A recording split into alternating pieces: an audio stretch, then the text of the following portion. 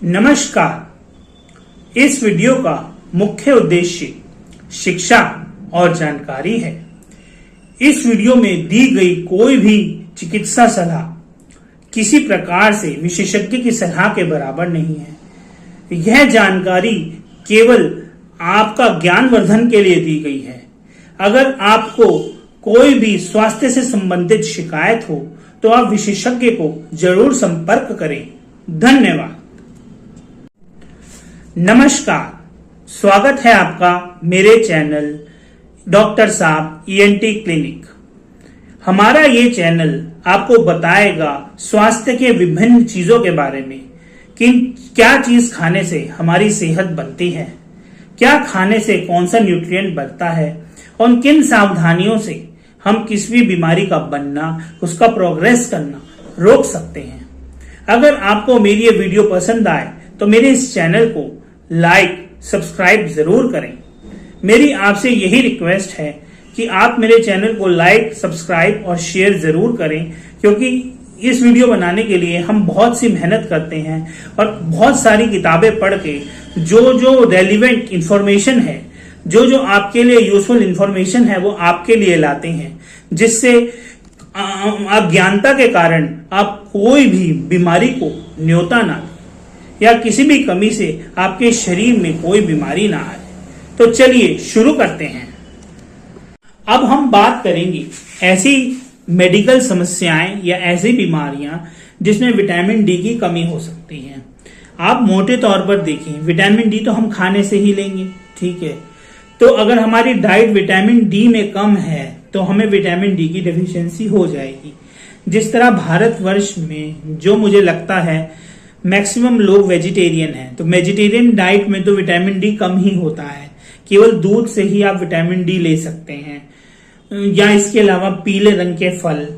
अब मैं आपको विस्तार से उसके सोर्सेस के बारे में भी बताने वाला हूं। बट जो प्लांट की फॉर्म होती है विटामिन डी की, वो इनएक्टिव फॉर्म होती है। एर्गोस्टेरॉल होता है, वो एक्टिव फॉर्म नहीं होता। जो नॉनवेज से हमारे पास आता है वह एक्टिव फॉर्म होता है। अभी मैं विटामिन डी के मेटाबॉलिज्म से आपको बताऊंगा कि विटामिन डी जब हमारे शरीर में आता है तो पहले लीवर में उसका कन्वर्जन होता है हाइड्रोक्सिलेशन एट 25 एंड और फिर किडनी में उसका एक्टिवेशन होता है। इन दोनों एक्टिवेशन प्रोसेस के बाद ही विटामिन डी एक्टिव हो सकता है। तो आप ये समझ गए कि विटामिन डी के लिए क्या चाहिए, लीवर चाहिए, स्किन चाहिए। अगर किसी व्यक्ति में लीवर या किडनी की डिसीज हो तो विटामिन डी की डेफिशिएंसी होगी ही होगी। वो स्टेप हाइड्रोक्सिलेशन का, विटामिन डी तो है पर वह एक्टिव नहीं है। मतलब आपके पास गाड़ी तो है पर टायर पंचर है तो गाड़ी चलेगी कैसे। इसलिए जिनकी किडनी की समस्या होती है उनको एक अलग तरीके का विटामिन डी दिया जाता है, अल्फाडॉल, जो कि किडनी के इस प्रोसेस को बाईपास कर देता है। अब ये तो रही डाइट की बात, उसकी एब्जॉर्प्शन की बात, उसकी एक्टिवेशन की बात। बट एब्जॉर्ब तो आपने खाने में विटामिन डी ले लिया, पर एब्जॉर्प्शन तो होना चाहिए ना। अगर एब्जॉर्प्शन में ही कोई कमी है तो विटामिन डी की कमी हो जाएगी। अब एब्जॉर्प्शन में अगर कमी है तो विटामिन डी के साथ और सब न्यूट्रिएंट्स की भी कमी हमें देखने को मिलेगी। जिस तरह से कुछ इंटेस्टाइन की कंडीशंस हैं जिसमें एब्जॉर्प्शन खत्म हो जाता है, जैसे कि सेलिएक डिसीज, क्रोहन्स डिसीज, इसमें इंटेस्टाइन से एब्जॉर्प्शन कम हो जाता है। इसके अलावा एक और कंडीशन होती है genetic, that is cystic fibrosis. उसमें भी देखा गया है कि विटामिन डी की कमी हो जाती है। इसके अलावा विटामिन डी की कमी बहुत सारी चीजों से हो जाती है। अगर किसी का BMI 30 से ज्यादा है तो विटामिन डी के रिलीज होने में कमी होती है। ऐसे लोगों को भी विटामिन डी की कमी होती है। अब मैं वजन की बात करूं कि वजन कम किया जाए, मेरा खुद ही वजन ज्यादा है, बट मेरा काम है आपको बताना। तो इसी बात पे इस वीडियो को लाइक कर दीजिए, चैनल को सब्सक्राइब कर दीजिए। आप देखिए मैं कितना पढ़ के आपको ये सब चीजें बता रहा हूँ, आपको नेट शेल में सारी चीजें बता रहा हूँ।